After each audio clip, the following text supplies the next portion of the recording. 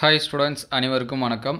School reopening date வந்து சொல்லியிருக்காங்க. நமக்கான கோடை விடுமுறையும் எவ்வளோ நாளைக்கு அப்படின்னு சொல்லி கொடுத்துருக்காங்க. ஸோ ஸ்கூலு நமக்கு ரீஓப்பனிங் 6வதுலேருந்து 12ஆம் வகுப்பு 6 முதல் இல்லை 1வதுலேருந்தே நம்ம கூட சொல்லலாம் சரிங்களா. ஜூன் 2ஆம் தேதி பார்த்திங்கன்னா நமக்கு வந்து பள்ளிகள் திறக்கப்படும் அப்படின்னு சொல்லியிருக்காங்க. Already 10th 11th 12th public exams வந்து கம்ப்ளீட் ஆகிடுச்சு. அதே போல் 1 to 5th லாஸ்ட் வீக்கே முடிஞ்சிருச்சு. ஸோ இன்னையோட 9th standard 6th to 9th இந்த கிளாஸஸ்க்கு எல்லாமே எக்ஸாம்ஸ் வந்து முடிஞ்சிருச்சு.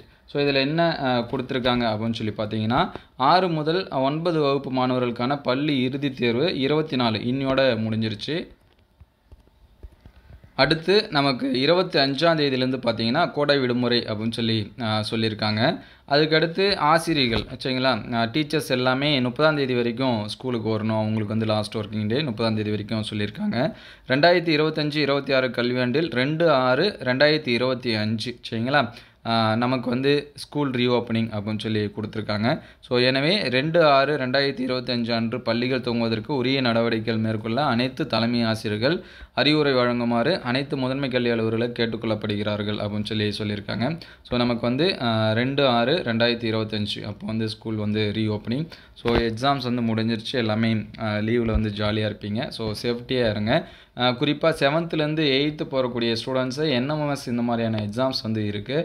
அதுக்கு வந்து ப்ரிப்பேர் பண்ணலாம். அதேமாதிரி 9th-லேருந்து 10th போகிற ஸ்டூடெண்ட்ஸ்க்கு வந்து ஹாலிடே யூஸ் பண்ணி நமக்கு அடுத்த எக்ஸாம்ஸ்க்கு வந்து படிக்கிறதுக்கு ரெடி ஆகலாம். அதேமாதிரி 11th-லேருந்து 12th போகக்கூடிய ஸ்டூடெண்ட்ஸ் வந்து 12th-க்கான போர்ஷன்ஸ் வந்து ப்ரிப்பேர் பண்ணலாம்.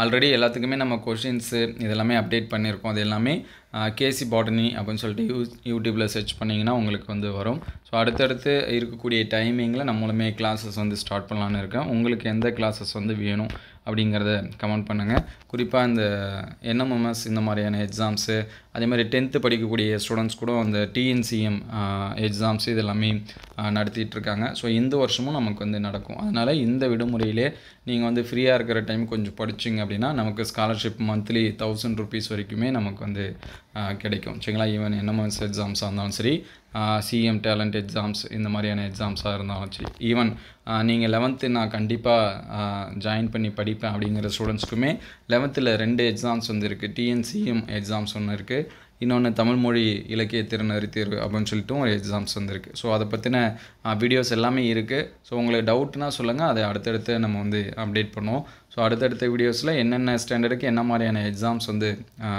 ஸ்காலர்ஷிப் எக்ஸாம்ஸ் வந்து கால்ஃபர் பண்ணுவாங்க, அது எப்படி நம்ம இந்த லீவில் படிக்கலாம். ஸோ படிக்கலான்னா கொஞ்சம் பேர்த்துக்கு கடுப்பாக தான் இருக்கும். இப்போ தான் பரீட்சை முடிஞ்சிச்சு, நீ வேறு மறுபடியும் படிக்கலான்னு சொல்லிட்டு.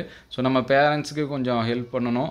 நம்ம ஃபீஸில் கொஞ்சம் ஸ்காலர்ஷிப் வந்துச்சுன்னா ரொம்ப ஹெல்ப்ஃபுல்லாக இருக்கும் அப்படின்னு நினைக்கிற ஸ்டூடெண்ட்ஸு இந்த ஹாலிடேவை ஒரு 1 or 2 hours மட்டும் படிக்கிற மாதிரி, மேபி உங்களுக்கு ஏற்ற மாதிரி நீங்கள் வந்து அதை எக்ஸ்டெண்ட் பண்ணி படிக்கலாம். ஸோ மினிமம் ஒரு 2 hours படிச்சிங்கன்னா அது உங்களுக்கு வந்து ரொம்பவே ஹெல்ப்ஃபுல்லாக இருக்கும், பேரண்ட்ஸுக்கும் ஹெல்ப்ஃபுல்லாக இருக்கும்.